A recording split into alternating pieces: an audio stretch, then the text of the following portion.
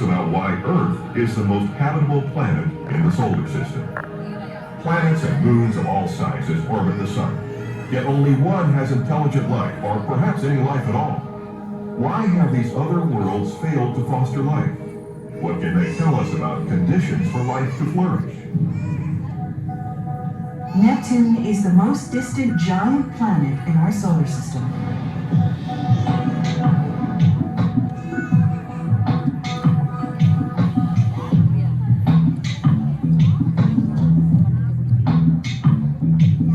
Although this methane-rich planet has the molecules necessary for life, they are in a deep freeze, without the energy of sunlight to fuel the birth of life.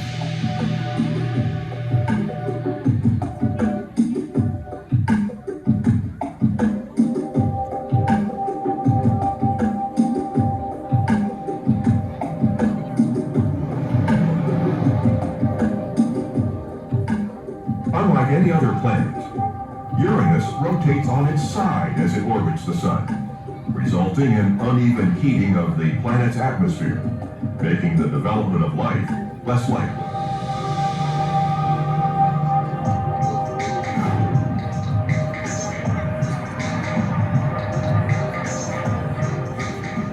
Saturn's famous rings are enormous, spanning over 175,000 kilometers from edge to edge.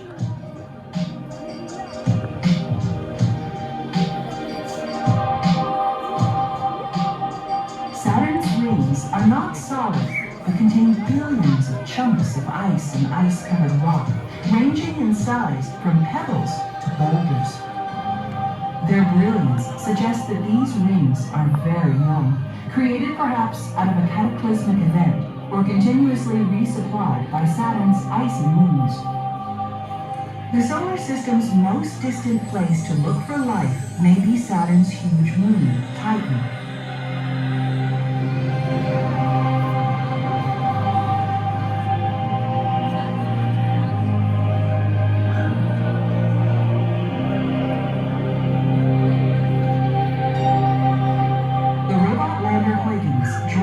Titan's thick smog of nitrogen, methane, and ammonia to reveal the surface below.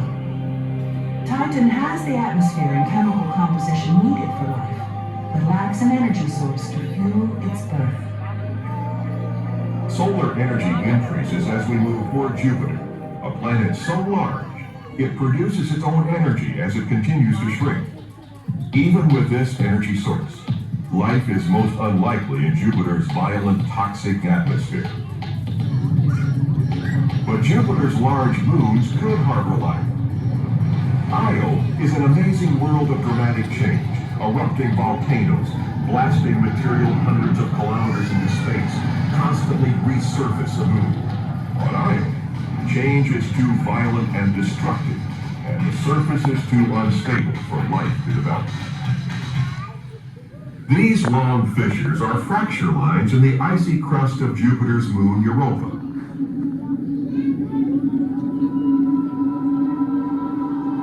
Any life that might be swimming below this icy surface would be simple and primitive. On Europa, the necessary conditions are present, and there is a slim chance that life has developed below the ice. The scarred surface of Ganymede tells the story of impact on a vast scale. Ganymede has large cracks and linear scars that may be evidence for a slushy ocean trapped beneath, and another place to search for primitive life.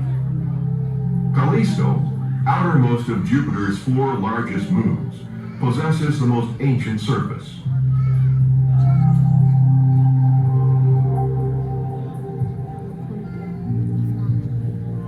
Although violence destroys life, life will probably not develop and evolve on an unchanging world like this. In 1994, a fractured comet plunged into Jupiter, releasing the energy of 1,000 atomic bombs.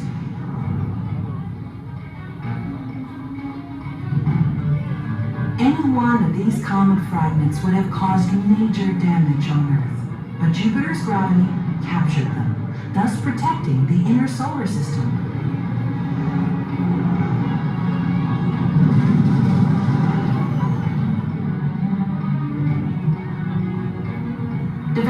life may require a giant planet like Jupiter in the outer solar system to protect inner planets from life-threatening impacts. The red planet, Mars, is at the outer edge of the sun's habitable zone, the region where water can exist as a liquid.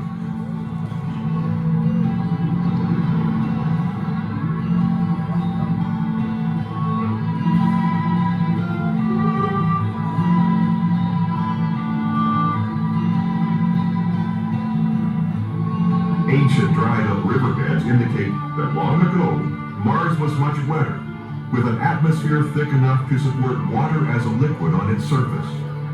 Life might have developed here then, but today's dry and cold Mars cannot support the emergence of life. Venus is Earth's neighbor, marking the inner boundary of the sun's habitable zone. It has been called Earth's sister world, but a closer look reveals a nightmarish planet of intense pressures, extreme temperatures, and sulfuric acid rain. Unmanned Russian spacecraft landed on Venus, but survived only a few hours.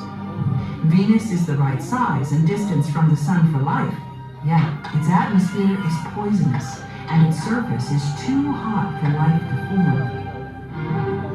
Mercury, closest to the sun, is a tiny, desolate world of craters, cliffs, and impact sites.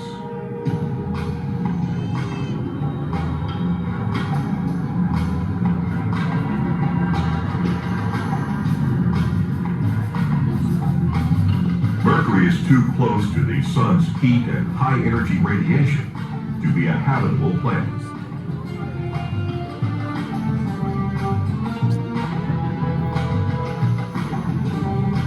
Comets can come closer to the sun than Mercury. There are millions of these dirty snowballs in an enormous halo far beyond the planets.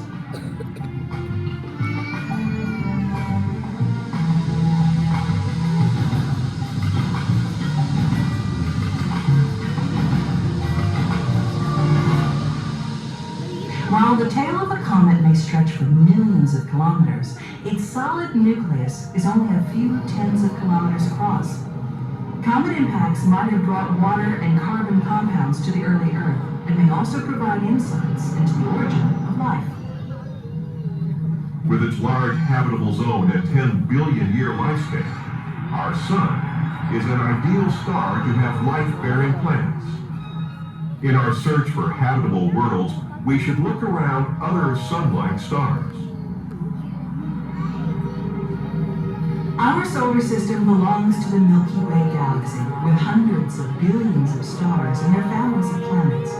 The sun lies in a safe region between two spiral arms, far from the galaxy's center. Here, stars are far apart and rarely pass close enough to dislodge comets or disrupt planet formation. We live in a place of long-term calm within a galaxy that has a violent core and very active spiral arms.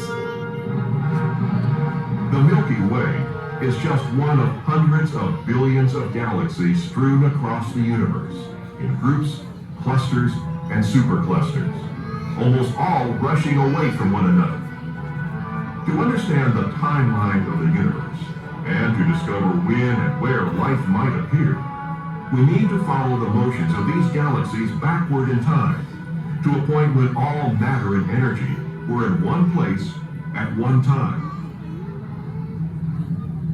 Almost 14 billion years ago, everything we see today was concentrated in one super dense region, heated to an incredible temperature by compression. Suddenly, the expansion began in a burst of energy called the Big Bang, creating our time and space.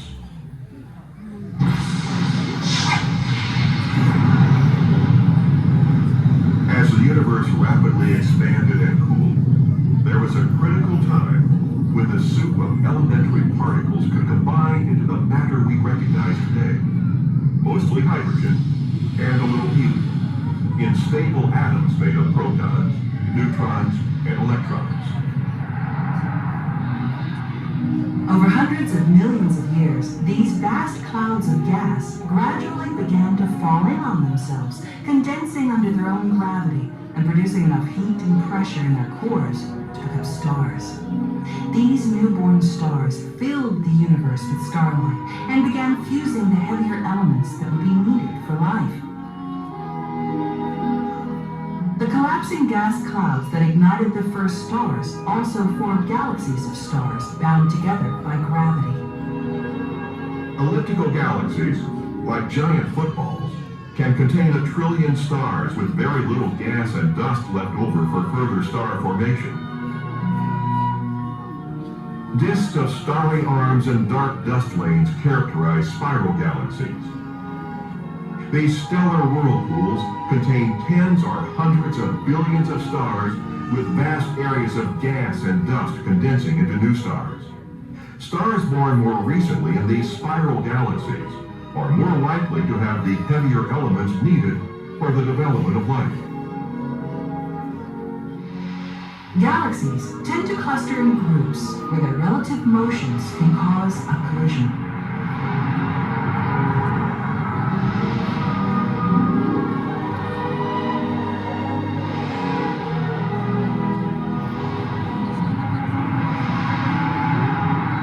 Within galaxies, stars are so far apart that there is little contact during such a collision, and any life-forming processes may proceed without interruption. Finally, we approach our home galaxy, the Milky Way. The Milky Way spiral has lanes of young, hot blue stars, mixed with clouds of gas and dust, regions with an abundance of heavier elements, but perhaps too young for life to have had time to develop or intelligence to appear. In the Milky Way galaxy, we can watch stars at birth and death, showing the past and future of our solar system. We can also discover when stars create the chemical building blocks of life.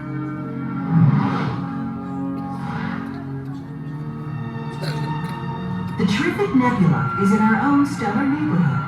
Deep within this nebula, stars are forming in collapsing clouds of gas and dust.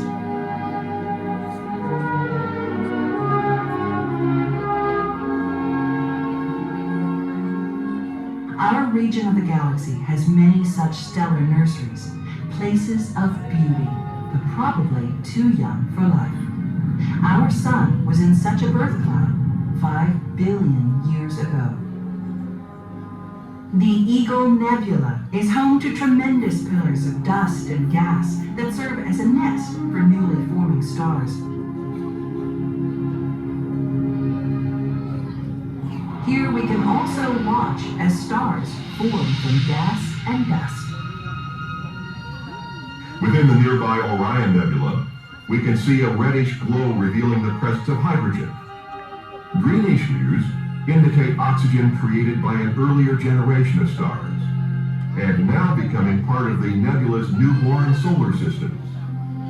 This stellar recycling and rebirth is the forge that creates all the basic elements from which planets and life develop. Passing deeper into the nebula, we encounter a spinning disk of gas and dust, a protostar. Such protostars not only house these slowly warming balls of gas that will someday ignite into new stars, but are themselves surrounded by clouds of material that may one day become orbiting planets. A star produces energy by fusing its own hydrogen into helium and other heavier elements. When the hydrogen runs out, the star begins to collapse and die. One such star, Eta Carina, is in its death throes and may destroy itself in the most violent of stellar deaths, a brilliant supernova. When a massive star like Eta Carina exhausts its hydrogen, the fusion process shuts down and the outer layers collapse onto the core, rebounding in a shockwave that literally tears the star apart.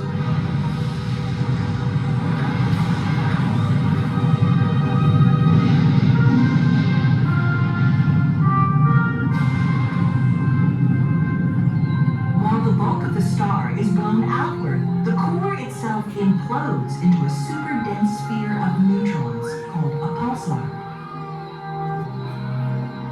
This rapidly spinning core concentrates energy into beams that flash by us like a lighthouse beacon, a signal created naturally, but like one we might expect from an advanced civilization. Not all stars die so violently. When less massive stars, like our Sun, run low on hydrogen, they shed their outer layers into disks or lobes of expanding gas.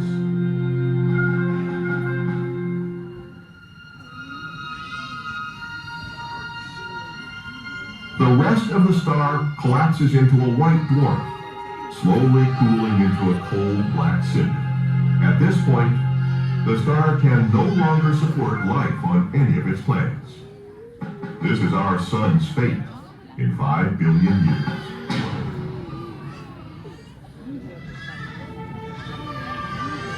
Earth has orbited its stable sun for 5 billion years, and we can look forward to 5 billion more. Elements forged in long-dead stars are here in Earth's land, water, and air. Solar energy, a nitrogen atmosphere, liquid water, and moderate temperatures are here as well to support the development of life.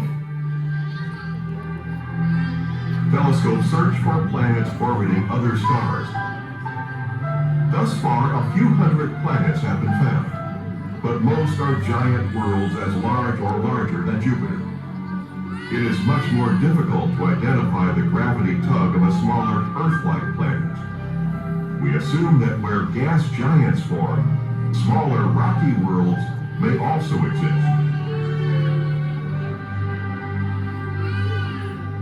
With radio telescopes, we mount a more sophisticated search, looking for radio signals not made naturally, signals indicating the presence of intelligent life beyond Earth. Since the 1960s, we have been listening, and the search for extraterrestrial intelligence, or SETI, continues.